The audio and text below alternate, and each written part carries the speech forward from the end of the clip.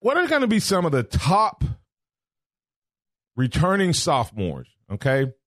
The top sophomores coming back this year, James. Of course, we got Tua, but so I'm going to say that. You got Dylan Moses.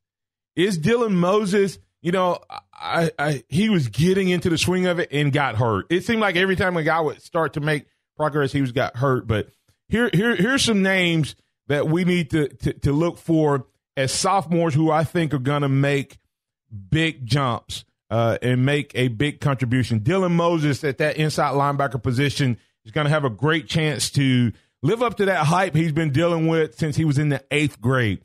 Jerry Jeudy, I think, and I made this prediction, I think Jerry Jeudy becomes the leading receiver if Tua's the quarterback because he's that precise route runner.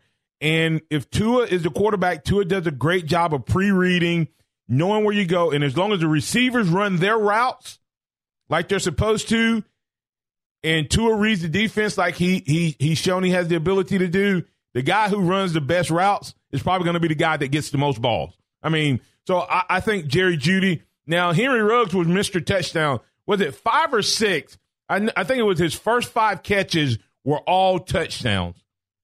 Was it 5 or 6? I believe you're right, 5. He had 6 total for the year. Yeah, so his first 5 catches were all touchdowns. So that tells you that he's going to be around the ball in big moments and big times. And so look for him to be a guy whose role increases a lot in terms of what he's able to do.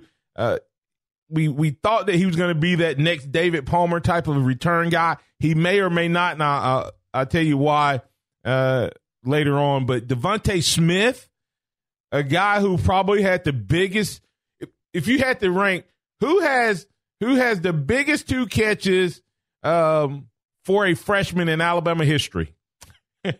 I mean, he doesn't just have 1 catch. Everybody always talks about the national championship catch. But one of those plays that I had listed as a top 3 play was his catch from Jalen on the Mississippi State game. That play for Jalen was as good a read. You can come back in, James, on this. That catch for that play for Jalen, the read, the throw, the delivery, the catch, everything was as good a play. It's not as big, but as good a play as what Tua made in the national championship game. When you look at the importance of that play, I mean, think about if we don't make that play, it's over. We get in if we lose to Auburn, okay? We don't get in if we lose to Mississippi State. We're not going. We just. You might have been going to Atlanta, but not for the reason you wanted to go to Atlanta. Right.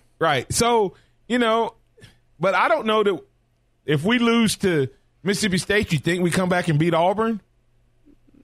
I don't know. Remember, Auburn was playing lights out at home, so I mean, we would have had to play a really, really good game to have beaten them there.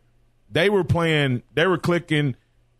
Everybody talks about what we didn't do offensively. We couldn't stop them defensively either. They were running really consistently, executing at a high level.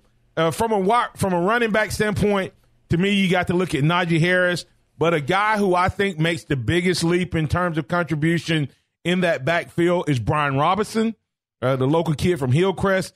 I think you're going to see his role increase because he is the complete back that Nick Saban likes. He runs, he blocks, he catches. He's a route runner. He can do it all and seems to be a smart player.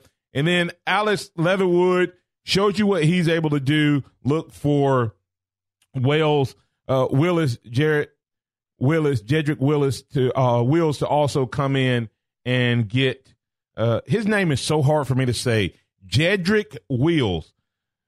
Right? That is the correct way to say his name. Can we get like a pronunciation guide with Eli's audio on it? Yeah. It's just that name is just weird. I want to call him Willis instead of Wills, and then Jedrick just doesn't doesn't roll off the tongue. But Jedrick Wills, I think he's going to be the breakout offensive lineman of the year for Alabama. And back to Tua, I think you're going to see Tua make huge contributions as a quarterback. We're going to talk about the top 3 plays for Alabama, and, of course, that'll give me an opportunity to break down Tua just a little bit more